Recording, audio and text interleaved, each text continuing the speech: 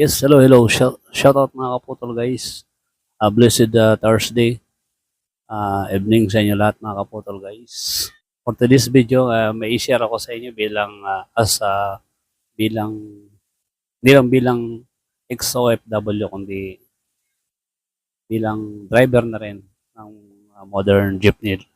Modern jeepney na uso ngayon. Nakikita niyo yan, yung parang minibus ang tawagin nila. Pero ang tunay na pangalan niya ay modern jeepney.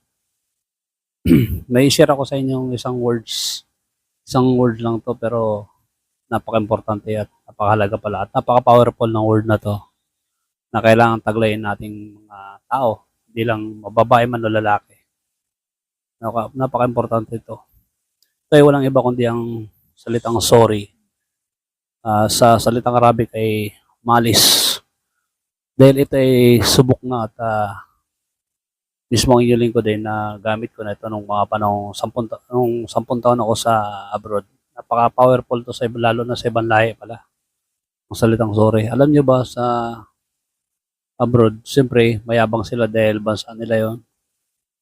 Kahit anong galit nila, pag narinig nila salitang malis or sorry in English, ay biglang kumakalma sila kahit na gaano sila galit na halos akala mo papatayin ng tao sa sobrang galit. Kaya lahat ng mga tao, huwag nating kakalimutan mag-say sorry kung kinakailangan. Inulit ko po, kahit lalaki ka, hindi po kawalan o ikakababa ng pagkalalaki mo ang pagsasalita ng sorry. At napaka-powerful po niyan. Kahit sa mga mag-asawa man o hindi. So sa iba-ibang pangangailangan ay kailangan talaga mag-sorry.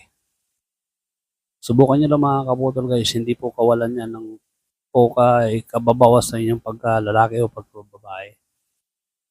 Napakalaga po kung mag-sorry. Lalo na po kung sincere kayo sa pagsasabi nito. So, yun lang mga kaputol guys. Share ko lang muna sa inyo ang salitang yan, words of sorry. So, hanggang dito lang muna ulit mga kaputol guys. Sana po may sa buhay niyo yan or may mapulot kayong aral dito sa aking video vlog na yan. Okay, nandito na muna. I love you all guys. Ciao. God bless. God bless you all. Mwah.